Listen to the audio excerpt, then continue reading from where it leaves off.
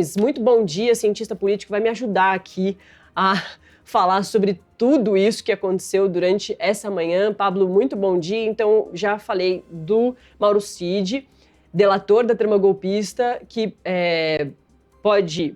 vai prestar depoimento na Polícia Federal daqui 10 minutinhos, de acordo, com o horário marcado. Aí, Gilson Machado, ex-ministro do Turismo do ex-presidente Jair Bolsonaro, que foi preso na manhã de hoje lá em Recife por tentar ajudar Mauro Cid a sair do país com um passaporte português, e Carla Zambelli, deputada federal, também foi muito próxima do ex-presidente Jair Bolsonaro, que a polícia italiana disse que já sabe do paradeiro dela. Ufa, acho que dei conta de fazer esse resumão. Muito bom dia, viu? Vamos começar pelo Mauro Cid? Bom dia. Ainda há pouca informação disponível. Né? Tudo bem, Natália.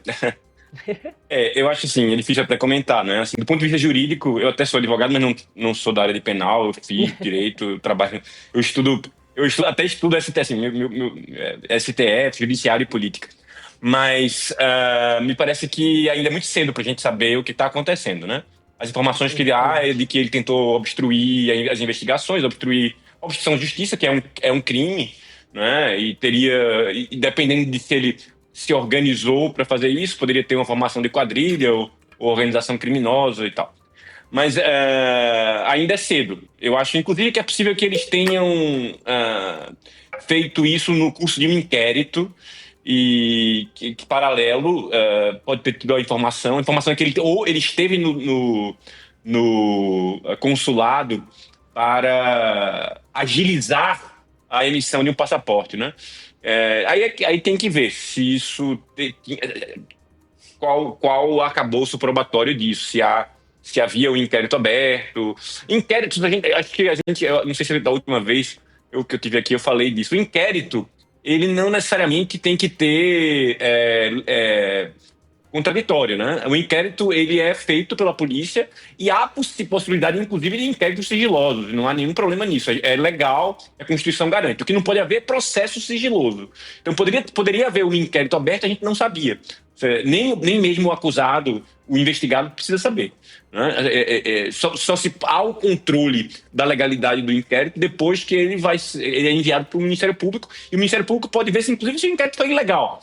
Mas a polícia tem autonomia para fazer isso. A gente não sabe muito ainda o que aconteceu. É mais um desgaste nessa história toda, né? Mostra um pouco, eu acho, essa confusão, digamos assim, uma certa...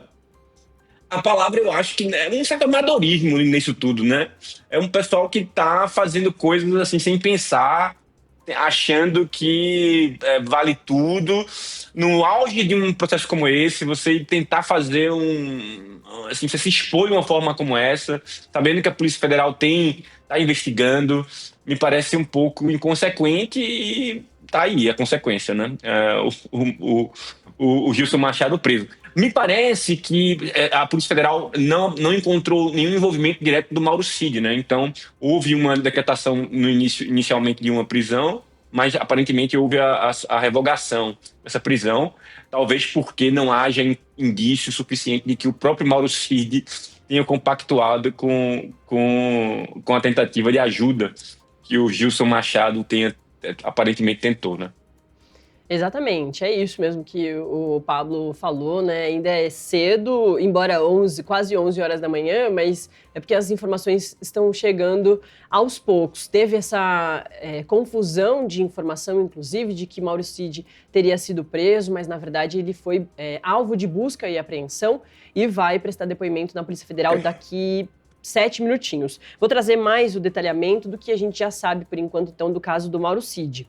Informações que chegam no Metrópolis.com, da redação do Metrópolis.com, com a Luana Viana. Cid prestará depoimento à PF em investigação sobre passaporte nesta sexta-feira. Mauro Cid, o ex-ajudante de ordens de Jair Bolsonaro, prestará depoimento à Polícia Federal às 11 horas da manhã desta sexta-feira na investigação que apura a tentativa de obter passaporte que facilitaria sua saída do país. Segundo a investigação, o documento seria obtido por intermédio do ex-ministro do Turismo de Bolsonaro, Gilson Machado, que foi preso nesta sexta-feira. Mais cedo, Cid foi alvo de mandados de busca e apreensão expedidos pelo Supremo Tribunal Federal, que foram cumpridos pela Polícia Federal. A PF busca entender se Gilson Machado atuou para facilitar uma possível saída de Cid do Brasil. A medida está sendo interpretada pela Polícia Federal como uma tentativa de atrapalhar o andamento da ação penal da trama golpista, visto que Cid é um dos réus. E a Procuradoria-Geral da República afirmou que concorda com a investigação sobre o caso. E aí, sobre o Gilson Machado, né, professor, é esse outro ponto também, né? É cedo para a gente entender tudo que está acontecendo, mas do Gilson Machado a gente já tem um pouco mais de detalhamento, que era isso. O ex-ministro do Turismo, aí imagens do Mauro Cid, na segunda-feira, abrindo, né, os interrogatórios lá da trama golpista, dos 8 réus do núcleo crucial da trama golpista. Ele abriu os interrogatórios porque ele é o delator da trama golpista, então é por isso mesmo que ele abriu. Depois foram os outros em ordem alfabética até chegar no sexto, que era o ex-presidente Jair Bolsonaro, e também até o último, o oitavo, que era Walter Braga Neto, ex-ministro-chefe da Casa Civil do ex-presidente Jair Bolsonaro e que foi o único a fazer por videoconferência porque está preso. O ex-ministro do Turismo, Gilson Machado, já estava sendo, né, investigado por tentar ajudar o Gilson Machado, que não faz parte da trama golpista, que poderia ter tentado ajudar, aí sim, o delator da trama golpista, Mauro Cid, a sair do país. Por enquanto, são as informações que a gente sabe, né, professor? Também está muito cedo, né? Sim, Natália. Veja, eu acho que tem um elemento aí. A busca e apreensão contra o Mauro Cid não necessariamente implica que ele seja investigado. É possível que, imaginemos que alguém propõe a você cometer um crime e manda mensagens para você, ou manda, não sei, tem alguma documentação, um formulário para você cometer o crime, você não mexe, mas está na sua casa. E aí essa pessoa está sendo investigada e é presa. E para, compor o arcabouço probatório contra essa pessoa, é preciso que a polícia faça uma busca e apreensão na sua casa. Então a gente não sabe ainda se o Mauro Cid está envolvido. Aparentemente, há indícios fortes de que houve alguma interferência do Gilson Machado.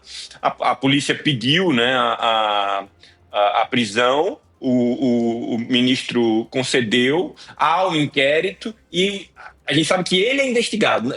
A gente não sabe ainda se o Mauro Cid está envolvido. O simples fato dele ter que prestar depoimento e sofrer uma busca e apreensão não quer dizer que ele participou do processo. Professor, a gente está vendo agora imagens da imprensa voltando ali para a tenda, mas é porque Mauro Cid acaba de chegar à Polícia Federal pontual. Em 3 minutos ele vai prestar esse depoimento à Polícia Federal e aí a gente viu aí os repórteres voltando, inclusive o nosso Rafael Campos. Daqui a pouco a gente vai ter a imagem recuperada do Land Rover vermelho, o carro que chegou, Mauro Cid. Como eu já tinha falado, é difícil da gente ver as autoridades chegando com o ex-presidente Jair Bolsonaro, nas vezes que ele prestou depoimento também foi muito difícil, é que ele depois sempre fala com a imprensa. Mauro Cid não tem falado, então não tem muito essa expectativa de que ele possa falar depois. Mas vamos acompanhar, daqui a pouco a gente traz mais imagens aí do Mauro Cid chegando. Professor, eu queria ler mais uma matéria aqui do portal Metrópolis e de um dos nossos colunistas, que é o Fábio Serapião, que também fala sobre 8 de janeiro de 2023, que está tudo ligado aí, né? É uma das investigações é um dos planos dessa tentativa de golpe da trama golpista. Vamos lá. Supremo Tribunal Federal julga a ré do 8 de janeiro que mandou o áudio, abre aspas, quebramos o STF todinho, fecha aspas. A denúncia diz que Shirley de Andrade organizou caravana de Maringá para Brasília e instruía compra de kit para ato com máscara e spray. Vamos lá. A primeira turma do Supremo Tribunal Federal começa a julgar nesta sexta-feira o caso de uma mulher ré na corte por ter participado dos atos antidemocráticos do 8 de janeiro em 2023, que resultaram na depredação das sedes dos 3 poderes em Brasília. Na denúncia contra Shirley de Andrade, a Procuradoria-Geral da República demonstrou a participação da mulher nos atos por meio de áudio e vídeos gravados pela ré. Em um dos vídeos, segundo a denúncia, Shirley aparece no STF dizendo que a casa do Xandão, entre aspas aí, está acabada. Ela, no entanto, disse em sua defesa que não se recorda de ter dito essa frase, uma vez que sempre admirou o trabalho do ministro Alexandre de Moraes. Abre aspas. Aí, olha lá, quebradeira. Ah lá, quebradeira. Nós estamos aqui no Supremo. Foi a quebradeira danada, foi feito o negócio aqui, foi só para corajoso. Nós aguentamos o gás mesmo, porque nós somos fortes. Nós somos guerreiros.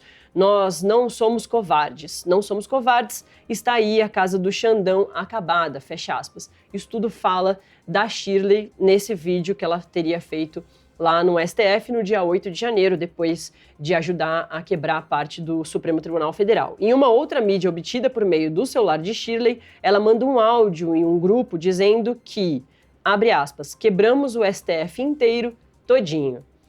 Agora vou ler as aspas completas desse momento. Invadimos o STF, invadimos o Congresso, invadimos o Planalto, levamos bala de borracha, levamos gás, tem muita gente machucada, polícia, gente, tudo. Mas nós, olha aqui, gente, é um amigo meu aqui agora, tá todo machucado com tudo, todo mundo machucado, mas quebramos o STF inteiro, todinho e inteiro, fecha aspas, diz esse áudio citado pela Procuradoria. Segundo a PGR, o referido áudio também era acompanhado por fotos dos locais invadidos. Já em outro vídeo, compartilhado também pela Shirley, e cuja transcrição foi incluída nos autos pela Procuradoria, ela dizia que, abre aspas, nesse momento nós invadimos o Palácio do Planalto e lá dentro estão quebrando tudo. Quebramos por fora, quebramos por dentro, nós invadimos. Agora, esse Planalto também é nosso. Quero ver aquele Lula ladrão entrar, fecha aspas. Aqui vai seguindo a descrição de vários áudios e vídeos da própria Shirley que aparecem na denúncia feita pela PGR. Mais para baixo, aqui na matéria do Fábio Serapião, tem, além do caso da Shirley, a primeira turma e o plenário da Corte, que reúne todos os ministros, tem na pauta virtual mais de 20 casos do 8 de janeiro programados para começar nesta sexta-feira. Os casos vão desde pessoas presas em flagrante em frente ao quartel-general do Exército, onde eles se concentravam, e que respondem por crimes mais brandos, como aqueles que participaram do quebra-quebra, os chamados executores. E aqui segue. Então, para você ter mais detalhes sobre essa fase nova dessa investigação do 8 de janeiro, de julgamentos do Supremo Tribunal Federal, acesse a coluna do Fábio Serapião lá em metrópolis.com. Voltar a falar com o professor, porque é isso, né? De acordo com a denúncia da Procuradoria-Geral da República, professor, a gente tem vários núcleos. O primeiro núcleo seria esse crucial, de acordo com a PGR, que é dos políticos, das autoridades, de ministros, do presidente, do ex-presidente Jair Bolsonaro, planejando, os mentores desse planejamento com várias frentes de trabalho, arregimentando várias pessoas de todos os tipos para conseguir fazer o golpe através de várias frentes.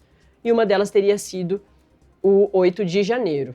É isso, então uma nova fase aqui também de julgamento no STF, mas aí dessas pessoas que estiveram no quebra-quebra e também estiveram lá na frente do quartel-general em vários momentos, esses que vão responder a crimes um pouco mais brandos. Tá tudo misturado, até difícil um pouco da gente entender e por isso que a gente repete bastante as informações para quem está nos acompanhando, para entender que tá tudo misturado, mas cada caso é um caso. Enfim, a gente vai ainda falar por muito tempo sobre esse caso, professor? Sobre esses casos, Assim, a gente sabe, assim, quem mora em Brasília, como nós sabemos, é muito difícil você entrar no plenário do STF qualquer dia da semana. Imagina num domingo em que o STF está fechado, Então, é óbvio que houve violência nessa... Se ela tem imagens de dentro do plenário do STF, ou do prédio do STF naquele domingo, obviamente houve violência, eu acho que essa é uma das grandes questões jurídicas aí do STF, que é individualizar essas condutas e criar uma diferenciação entre aqueles que foram para lá e que participaram dos eventos violentos. É claro que tem uma coisa que é crime de multidão, Se você está numa multidão, a multidão invade um prédio público, começa a quebrar tudo, você está vendo aquilo, participando daquilo, você está comemorando, é claro que você não tem... É muito difícil, imagine como seria individualizar cada conduta especificamente.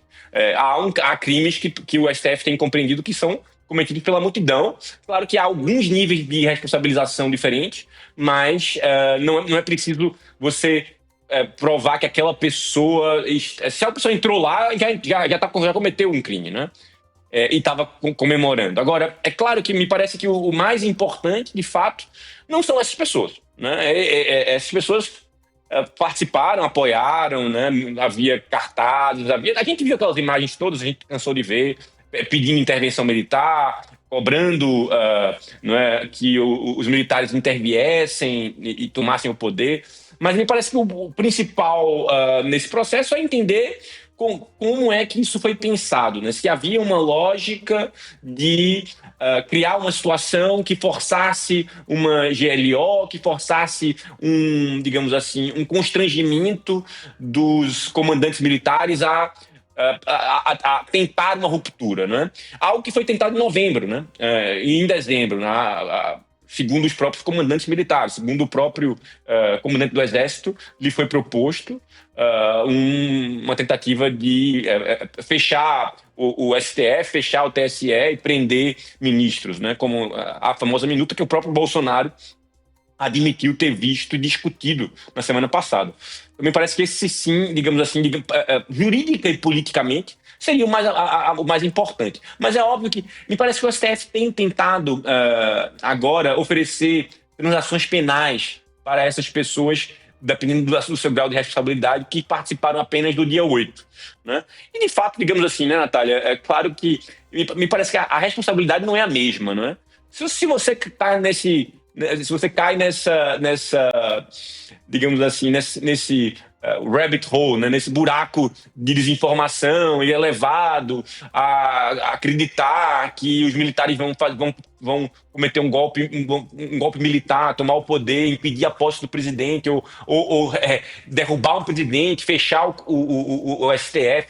É claro que você tem responsabilidade. Você pode infantilizar essas pessoas, mas o seu grau de responsabilização é diferente daquelas pessoas que pensaram e promoveram essas coisas, né? E me parece que há nas investigações também um lado operacional do dia 8, né? Havia aparentemente atores que eram treinados, que tinham treinamento militar, que sabiam os caminhos de como entrar no Congresso, né? Eu moro em Brasília há muito tempo, eu sei que para entrar no Congresso é difícil, eles conseguiram, havia aberturas nas balas de alimentação de ar, né? de ventilação do próprio prédio do Congresso que foram infiltrados, havia há registros de que havia um certo comando, né? E há indícios da participação de militares de elite, das Forças Armadas, do Exército, antes do 8 de janeiro e durante, né? Então isso eu acho que ainda vai aparecer no processo, vai aparecer ao longo dessas revelações, né? Acho que ainda a gente está no começo ainda, né? Ainda vai ter muita coisa para a gente saber e descobrir nos próximos meses.